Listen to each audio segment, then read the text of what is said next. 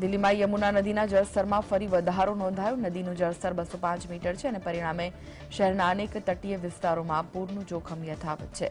આ સાથે દિલ્હી અને આસપાસના વિસ્તારોમાં હળવાથી મધ્યમ પ્રમાણે વરસાદ પડ્યો, જેના કારણે લોકોને ગરમીથી રાહત મળી। રાજધાનીના યમુના બજાર વિસ્તારમાં ફરીવાર પૂરના પાણી ઘૂસ્યા હતા। 13મી જુલાઈના રોજ યમુના નદીનું જળસ્તર રેકોર્ડ બ્રેક 208 મીટર પર પહોંચી ગયું। ત્યારબાદ તેમાં ઘટાડો થયો। આ સ્થિતિના કારણે ઘણા લોકો હજુ પણ રાહત કેમ્પમાં આશરો લેવા મજબૂર બન્યા છે।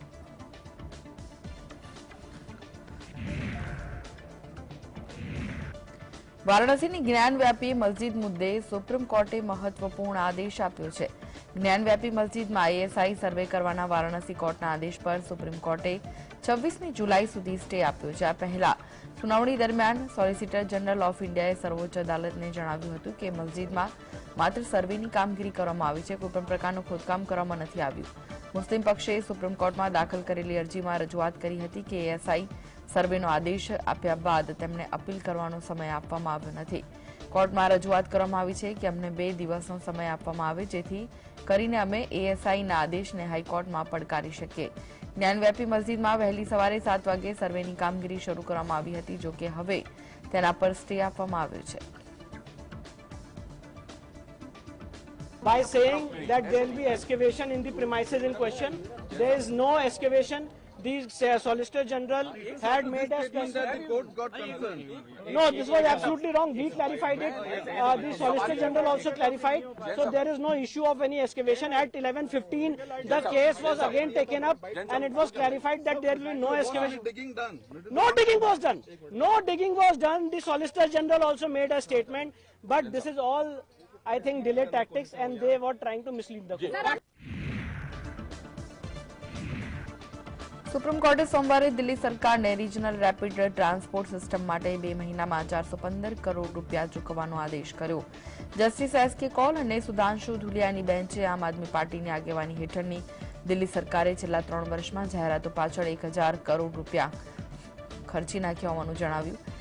આ ખર્ચનો રેકોર્ડ આપ સરકારને 2 સપ્તાહની અંદર ફંડની ગણતરીની માહિતી સાથે એફિડેવિટ આપવાનો નિર્દેશ આપ્યો છે। બેન્ચે કહ્યું હતું કે દિલ્હી સરકાર સામાન્ય પ્રોજેક્ટ માટે ભંડોળ પૂરું પાડવામાં અસમર્થ છે, કારણ કે ભંડોળનો અભાવ આ પ્રોજેક્ટમાં અડચણરૂપ છે।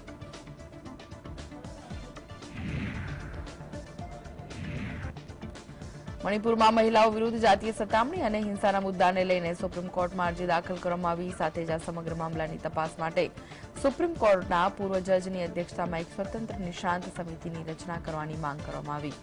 અરજી એડવોકેટ વિશાલ તિવારીએ દાખલ કરી, જેમાં જાતીય સતામણીના બનાવ, કાયદો અને વ્યવસ્થાની વર્તમાન સ્થિતિની 4 સપ્તાહમાં તપાસ કરવાની માંગણી કરાઈ।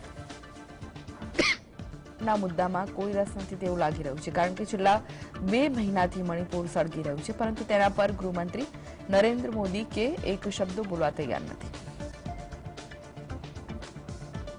I'm not part of this process because the leaders of all the parties have decided unanimously, the India front. But I will just say very simply that I think the issue can be easily resolved by the Prime Minister appearing in the House of which he is a member and to which he is accountable. What he said to the press he can say here, and then the debate can start, and the Home Minister presumably be the person who at that point can attend the rest of the debate. But for the Prime Minister to refuse to come at all, he was elected to this House. He should come. કેન્દ્રીય ગૃહમંત્રી અમિત શાહે લોકસભામાં જણાવ્યું કે તેઓ સદનમાં મણિપુર હિંસા વિશે ચર્ચા કરવા માટે તૈયાર છે। આવા સંવેદનશીલ મુદ્દા પર દેશના લોકોએ સત્ય જાણવું જોઈએ। આ દરમિયાન વિપક્ષી દળોએ પીએમ મોદી મણિપુર વિશે સદનમાં ચર્ચા કરે તેવી માંગ સાથે સૂત્રોચ્ચાર કર્યા। વિપક્ષી દળોના સભ્યો દ્વારા કરાયેલા સૂત્રોચ્ચાર બાદ લોકસભાની કામગીરીને 25મી જુલાઈ સવારના 11 વાગ્યા સુધી સ્થગિત કરવામાં આવી હતી। दोनों वर्ग के सदस्य ने चर्चा की मांग की है। मैं सदन में चर्चा के लिए तैयार हूं। मुझे मालूम नहीं है कि विपक्ष को चर्चा करने देना नहीं चाहता है। मेरा विपक्ष के नेता को आग्रह है कि चर्चा होने दे। મહિલાઓ વિરુદ્ધ થતા અત્યાચાર મુદ્દે ભાજપના સાંસદ સભ્યોએ સંસદ ભવનમાં આવેલી મહાત્મા ગાંધીની પ્રતિમા પાસે સૂત્રોચ્ચાર કર્યા. વિશે વાત કરતા ભાજપના સાંસદ હરનાથસિંહ યાદવે જણાવ્યું કે રાજસ્થાન, છત્તીસગઢ, પશ્ચિમ બંગાળ અને મણિપુર સહિતના રાજ્યોમાં મહિલાઓ વિરુદ્ધ અત્યાચારમાં વધારો થયો છે. સમસ્યા એ છે કે વિપક્ષને માત્ર મણિપુરની ઘટના દેખાઈ રહી છે, જ્યારે અન્ય રાજ્યોમાં થતા અત્યાચાર પર વિપક્ષી દળો મૌન થઈ જાય છે. આ સાથે જ ભાજપના અન્ય એક સાંસદ સીપી જોશીએ જણાવ્યું કે પ્રદેશમાં મહિલાઓને સુરક્ષા ઉપલબ્ધ ન કરાવવા બદલ રાજસ્થાનના મુખ્યમંત્રી અશોક ગેહલોતે રાજીનામું આપી देવું જોઈએ. इस समय महिलाओं के साथ सर्वाधिक अत्याचार कहीं पर हुए हैं तो देश भर में राजस्थान में हुए हैं, बंगाल में हो रहे हैं और छत्तीसगढ़ में हुए, झारखंड में हुए. लेकिन विपक्ष की त्रासदी ये है कि वो उसके दो पैमाने, मणिपुर में तो उसको दिखाई देता है. हमारा कहना है कि मणिपुर में हुआ वह भी बहुत दुखद है, बहुत पीड़ादायक है. इसके साथ साथ राजस्थान और देश के अन्य हिस्सों में हुआ है वह भी बहुत दुखद है. तो राजस्थान की सरकार जो है पूरी तरीके से निष्फल हुई है कानून व्यवस्था संभालने और महिलाओं की सुरक्षा करने में. ભાજપના સાંસદ રાજ્યવર્ધનસિંહ રાઠોડે કોંગ્રેસ પર પ્રહાર કરતા કહ્યું કે કોંગ્રેસ મણિપુર મુદ્દે ચર્ચા કરવા માંગતી નથી, કારણ કે કોંગ્રેસ જાણે છે કે સરકારના જવાબ સાથે તેમનું નાટક સમાપ્ત થઈ જશે. વિપક્ષી પાર્ટીઓ લોકસભામાં ઘોંઘાટ કરી લોકસભાની કામગીરી કરવા દેતી નથી. In Manipur, look at Or Gareba, that's the word he's used, because Rajasthan is #1 in rapes in the entire country for the last 3 years.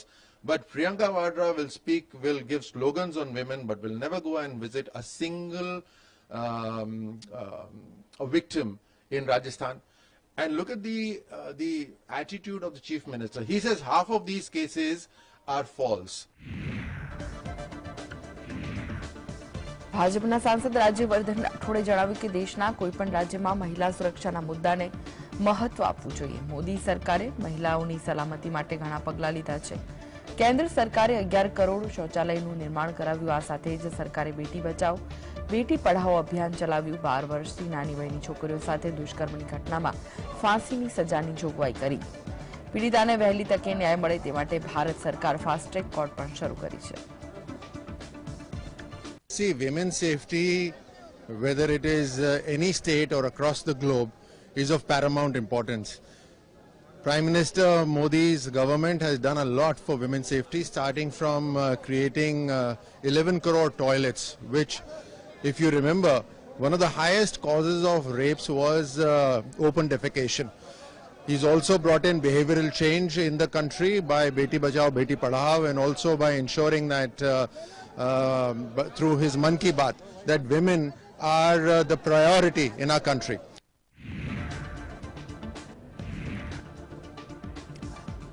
તો ઉદ્ધવ ઠાકરે સમૂહની શિવસેના નેતા સંજય રાઉતે જણાવ્યું કે મણિપુરમાં મહિલાઓ પર આચરવામાં આવેલા અત્યાચારનો મુદ્દો વિપક્ષી દળ સંસદમાં ઉઠાવવા માંગે છે. શું વિપક્ષી દળોને સરકારને સવાલ કરવાનો પણ અધિકાર નથી? સરકાર મણિપુરમાં હિંસાને ડામવા માટે કયા પ્રકારના પગલાં લીધા? આ તમામ બાબતો પર અમે સદનમાં ચર્ચા કરવા માંગીએ છીએ. तरह से मणिपुर में हिंसा भड़क रही है, महिलाओं की हत्याएं, रेप, नेकेड परेड जैसे वारदात सामने आ रही है बार बार. क्या उसके ऊपर सदन में हम आवाज नहीं उठा सकते? सरकार से सवाल नहीं पूछ सकते कि वजह क्या है, सरकार ने क्या किया, प्रधानमंत्री की क्या भूमिका है? उसके पर हम चर्चा करना चाहते हैं सदन में. રાજ્યસભામાં સમાજવાદી પાર્ટીના સાંસદ જયા બચ્ચને કેન્દ્ર સરકાર પર આકરા પ્રહાર કરતા કહ્યું કે મણિપુર વિશે આંતરરાષ્ટ્રીય સ્તર પર ચર્ચા થઈ છે, પરંતુ આપણા દેશમાં ચર્ચા નથી થઈ. આ ખૂબ જ શર્મજનક બાબત છે. સરકાર આ મુદ્દે ચર્ચા કરવા માંગતી નથી. સરકારના લોકો વિપક્ષી દળો દ્વારા શાસિત રાજ્યોમાં કાયદો અને વ્યવસ્થાની સ્થિતિ વિશે સવાલ કરે છે, પરંતુ ભાજપ શાસિત પ્રદેશોમાં તેની શું સ્થિતિ છે તેના પર કોઈ ચર્ચા થતી નથી. मणिपुर के विषय में इंटरनेशनली सब लोग चर्चा कर रहे हैं, हमारे देश में नहीं हो रहा. इससे ज्यादा मैं क्या कह सकती हूँ? It's a shame. चर्चा वो कराना नहीं चाहते. आपको ऐसा लगता है कि और हाउस के अंदर आप जो स्टेट्स की बात कर रहे हैं वो आपके स्ट्रांग ओपोनेंट्स हैं. आप उनकी बात कर रहे हैं. आपके राज्य में क्या हो रहा है, आपके स्टेट्स में क्या हो रहा है, यूपी, मध्य प्रदेश, आप बताइए. बाकी जो कुछ भी उनका बचा है आगे तो बचेगा भी नहीं. મણિપુરમાં થયેલી હિંસા વિશે વડાપ્રધાન મોદી સદનના બંને ગૃહમાં પોતાનું નિવેદન આપે તેવી માંગ સાથે ઇન્ડિયા ગઠબંધનના નેતાઓએ સંસદ પરિસરમાં વિરોધ કર્યો. આ વિશે વાત કરતા કોંગ્રેસ અધ્યક્ષ મલ્લિકાર્જુન ખડગેએ જણાવ્યું કે વિપક્ષી દળો મણિપુર વિશે ચર્ચા કરવા તૈયાર છે. પીએમ મોદી સંસદની બહાર પ્રેસ કોન્ફરન્સ કરે છે, પરંતુ સંસદની અંદર નિવેદન આપ્યું નથી. વડાપ્રધાન મોદી સદનની અંદર મણિપુરની ઘટના વિશે નિવેદન આપ્યા અને ત્યાર પછી સદનમાં મુદ્દે વિપક્ષી દળોને સાંભળે, આ મારી માંગ છે.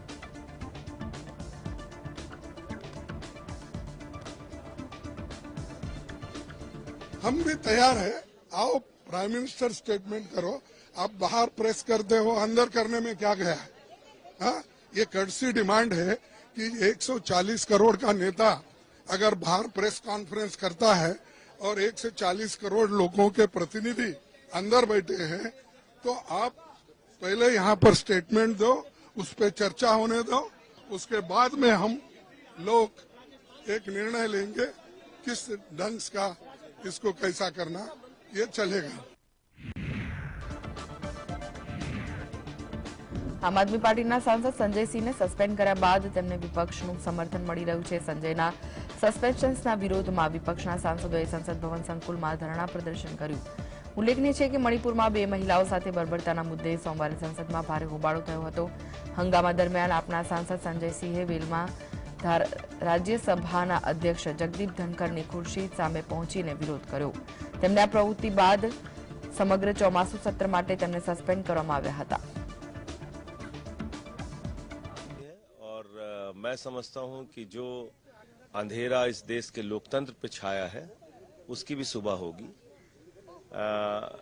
देश के एक हिस्से में जो हमारा सीमावर्ती राज्य है, जो हमारे लिए बहुत महत्वपूर्ण है, ऐसे राज्य के अंदर पिछले 90 दिन से हिंसा, दरिंदगी, हत्या, लूट, बलात्कार की घटनाएं हो रही हैं.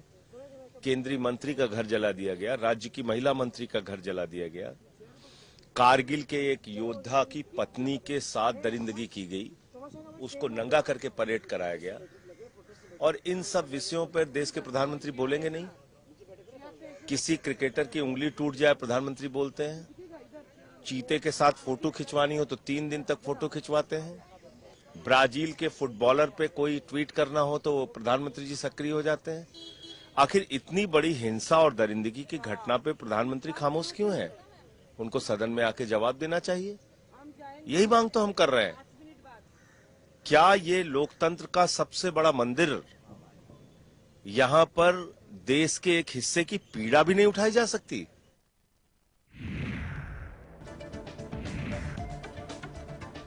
રાજ્યસભામાં મણિપુર હિંસા વિશે ચર્ચા માટે થયેલા સૂત્રોચ્ચાર દરમિયાન સદનના નિયમોનું ઉલ્લંઘન કરવા બદલ ગૃહના અધ્યક્ષે આમ આદમી પાર્ટીના સાંસદ સંજયસિંહને સમગ્ર સત્ર માટે સસ્પેન્ડ કર્યા.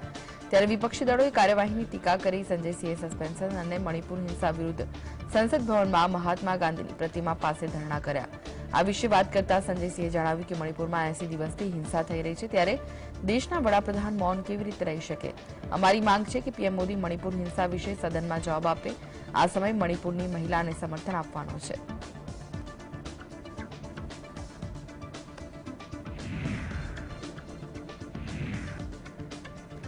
મસ્કે ટ્વિટર ખરીદતી વખતે જ પોતાનો પ્લાન સાફ કરી દીધો હતો. તેમણે કહ્યું હતું કે ટ્વિટર ખરીદવું એ એક્સની શરૂઆત તરફ એક મોટું પગલું સાબિત થશે. ટ્વિટર ઘણા સમયથી ખોટમાં છે અને એલોન મસ્કે તેને ઘણા પૈસા આપીને ખરીદ્યું છે. તેથી દેખીતી રીતે તે ઘણા પૈસા કમાવા માંગશે, પરંતુ તે પણ જાણે છે કે આ કામ ફક્ત ટ્વિટરથી થઈ શકે નહીં.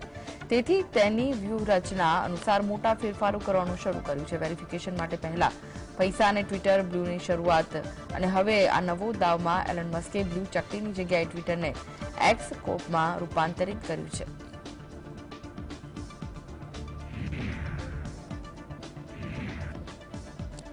તો દિલ્હીના પ્રગતિ મેદાનમાં ઇન્ડિયા ટ્રેડ પ્રમોશન ઓર્ગેનાઇઝેશન સંકુલમાં સપ્ટેમ્બર મહિનામાં ભારત દ્વારા G20 મીટિંગનું આયોજન કરવામાં આવ્યું. G20 મીટિંગ 9 અને 10 સપ્ટેમ્બરના રોજ યોજાશે, જે દેશના વિવિધ ભાગોમાં યોજાયેલી G20 બેઠકોની પરાકાષ્ઠા હશે. આ પ્રોજેક્ટનો કુલ ખર્ચ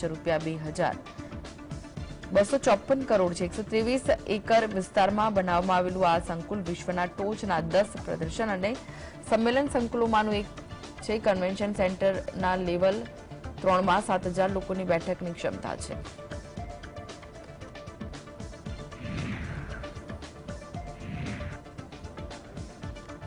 રાજસ્થાનના મુખ્યમંત્રી અશોક ગેહલોત પરના હુમલાને વધુ તીવ્ર બનાવવા ઝુંઝુનુ જિલ્લામાં એક કાર્યક્રમને સંબોધતા તેમણે કહ્યું કે જો રાજેન્દ્ર ગુડા ન હોત તો મુખ્યમંત્રી ગેહલોત અત્યારે જેલમાં હોત. ગુડાએ દાવો કર્યો કે તેમણે કોંગ્રેસ નેતા ધર્મેન્દ્ર રાઠોડ સામે ઈડી અને આવકવેરાના દરોડા દરમિયાન મુખ્યપ્રધાનની સૂચના પર લાલ ડાયરી સુરક્ષિત રાખી હતી. તેમણે વિધાનસભામાં કાયદો અને વ્યવસ્થા પર રાજ્ય સરકારને ઘેર્યાના કલાકો પછી શુક્રવારે સાંજે કેબિનેટમાંથી કાઢી મૂકવામાં આવ્યા. તેમણે રવિવારે ઝુંઝુનામાં એક કાર્યક્રમને સંબોધિત કર્યો. આ દરમિયાન તેમણે કહ્યું કે તેમને રાજીનામું આપવાનું કહેવાના બદલે તેમને સીધા જ બરતરફ કરવામાં આવ્યા.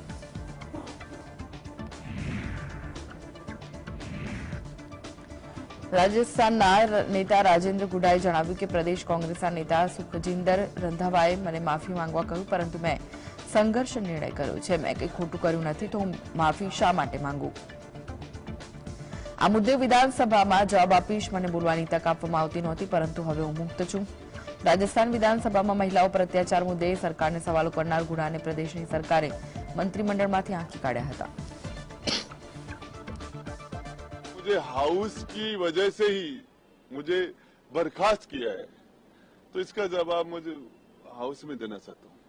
रंधावा जी ने कहा कि मैं माफी मांग लूं और माफी मांगने के बाद वो मुझे माफ कर देंगे, तो मैंने माफी मांगने का निर्णय नहीं किया, मैंने संघर्ष करने का फैसला ले लिया. ભારત દુનિયાના 140 દેશોમાં ચોખાની નિકાસ કરે છે. વાસ્તવમાં દુનિયામાં ચોખાની કુલ નિકાસમાં ભારતનો 40% હિસ્સો છે. 2022માં ભારતે 55.4 મિલિયન મેટ્રિક ટન ચોખાની નિકાસ કરી, જે દુનિયાના ચોખાના 4 મુખ્ય નિકાસકાર દેશો થાઇલેન્ડ, વિયેતનામ, પાકિસ્તાન અને અમેરિકાની કુલ નિકાસ કરતા વધુ છે. આ વર્ષે અતિ ભારે વરસાદના લીધે ચોખા ઉત્પાદક વિસ્તારોમાં ચોખાનું ઉત્પાદન ઘટતા ભારતના ચોખાના મુખ્ય આયાતનગર દેશ અમેરિકામાં ભારતના ચોખા માટે પડાપડી થઈ ગઈ. કેટલાક મોલોમાં તો ચોખાની ગુણીઓની રીતસરની લૂંટફાટ થઈ. એક કારણ એ પણ છે કે આ વર્ષે અમેરિકામાં વરસાદ પ્રમાણમાં ઓછો થયો હોવા છતાં ત્યાં ચોખાનું ઉત્પાદન ઘટી ગયું છે. તેથી અમેરિકામાં ઉત્પન્ન થતા ચોખા પ્રમાણમાં ઓછા પ્રાપ્ત થાય છે.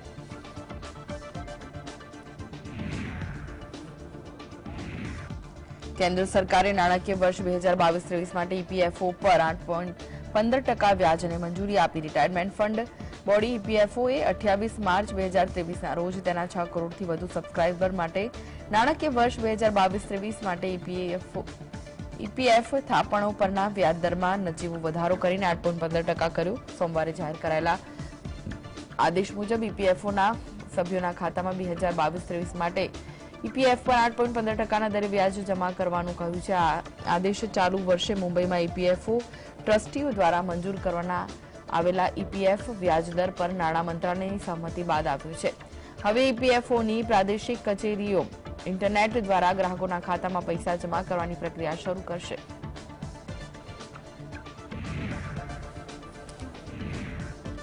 દિલ્હીના વિજ્ઞાન ભવનમાં ઉપરાષ્ટ્રપતિ જગદીપ ધનખરે લોકશાહીના મંદિરોમાં વિક્ષેપના શસ્ત્રીકરણ પર દુઃખ વ્યક્ત કર્યું. જામિયા મિલિયા ઇસ્લામિયાના શતાબ્દી વર્ષના દીક્ષાંત સમારોહને સંબોધિત કરતા ઉપપ્રમુખ જગદીપ ધનખરે ભારપૂર્વક જણાવ્યું કે લોકશાહી એ સંવાદ, ચર્ચા, વિચાર વિમર્શ અને વાદ વિવાદ છે. તેમણે વિક્ષેપ અને ખલેલને લોકતાંત્રિક મૂલ્યોની વિરુદ્ધ ગણાવી હતી. તેમણે એ હકીકત પર પણ તેમની પીડા અને ચિંતા વ્યક્ત કરી કે લોકશાહીના મંદિરોમાં અશાંતિને શસ્ત્ર બનાવવામાં આવે છે, જે લોકોને મોટા પ્રમાણમાં ન્યાય સુનિશ્ચિત કરવા માટે 24 કલાક કાર્યરત હોવું જોઈએ. લોકતાંત્રિક મૂલ્યોના સારને જાળવવા માટે બધાએ કામ કરવા માટે આહ્વાન કરતા ધનખરે ભારપૂર્વક જણાવ્યું કે સંસદને હંમેશા કાર્યરત ન કરવા માટે કોઈ બહાનું હોઈ શકે નહીં. તેમણે કહ્યું કે જ્યારે કોઈ ચોક્કસ દિવસે સંસદમાં વિક્ષેપ થાય છે ત્યારે પ્રશ્નકાળ ન હોઈ શકે. પ્રશ્નકાળ એ પાકિસ્તાની નાગરિક છે કે નહીં તેની પુષ્ટિ કરવા નોઈડા પોલીસે સીમાના પાકિસ્તાનની ઓળખ કાર્ડ, તેના બાળકોના પાસપોર્ટ સહિત સરહદની નજીકથી મળી આવેલા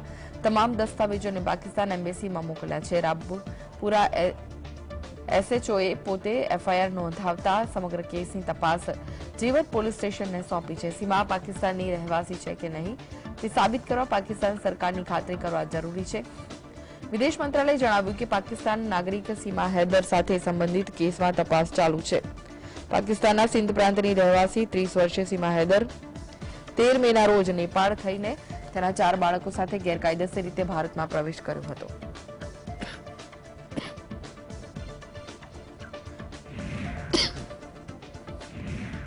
ગ્રીસના જંગલોમાં ભીષણ આગથી જનજીવન ઠપ થઈ ગયું છે. આગ એટલી ભયાનક છે કે રહેણાંક વિસ્તારો પણ તેની ચપેટમાં આવી ગયા છે. ગ્રીસ અને રોડ્સ આઇલેન્ડમાં ઇમરજન્સી લાગુ કરવામાં આવી. 5મા દિવસે પણ આગ યથાવત રહેતા સત્તાવાળાએ દરિયાકાંઠે આવેલી 2 રિસોર્ટ સહિત કુલ 4 સ્થળોને ખાલી કરવાનો આદેશ આપ્યો છે.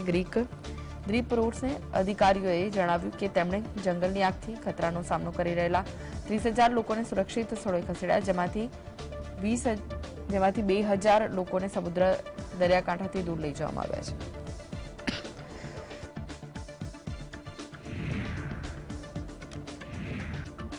ઇઝરાયેલના વડાપ્રધાન બેન્જામિન નેતન્યાહુના સંસદીય ગઠબંધનને મંગળવારે સુપ્રીમ કોર્ટની સત્તાને મર્યાદિત કરતા વિવાદાસ્પદ બિલને મંજૂરી આપી દેવામાં આવી, જેના કારણે દેશમાં ન્યાયતંત્રમાં આમૂળ પરિવર્તનનો માર્ગ મોકળો થશે. નેતન્યાહુના અતિ રાષ્ટ્રવાદી અલ્ટ્રા ઓર્થોડોક્સ સાથીઓએ બિલની દરખાસ્ત કરી હતી. આ બિલનો દેશભરમાં વિરોધ થયો હતો. વિરોધીઓએ તેને દેશને સરમુખત્યારશાહી તરફ લઈ જવા માટેનો માર્ગ ગણાવ્યો.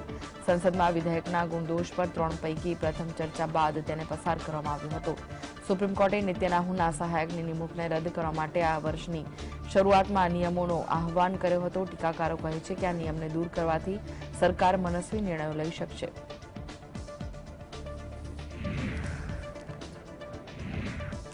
દિલ્હીમાં ફરી એકવાર પૂરનું જોખમ વધ્યું. યમુનાનું જળસ્તર સતત વધ્યું. દિલ્હીમાં લોહા પુલ પાસે યમુનાનું જળસ્તર 206.56 મીટરે પહોંચ્યું, જ્યારે 205.33 મીટરથી વધુ સપાટી યમુના નદીનું જોખમ છે. દિલ્હીના મંત્રી સૌરભ ભારદ્વાજે કહ્યું કે યમુનાના વધતા જળસ્તરને જોતા આસપાસના નીચાણવાળા વિસ્તારોને હાઈ એલર્ટ રાખ્યા છે. દિલ્હી એનસીઆરની આસપાસના વિસ્તારોમાં વરસાદના કારણે હિંડોન સહિત અન્ય નદીઓમાં પણ પાણીની આવક થઈ રહી છે.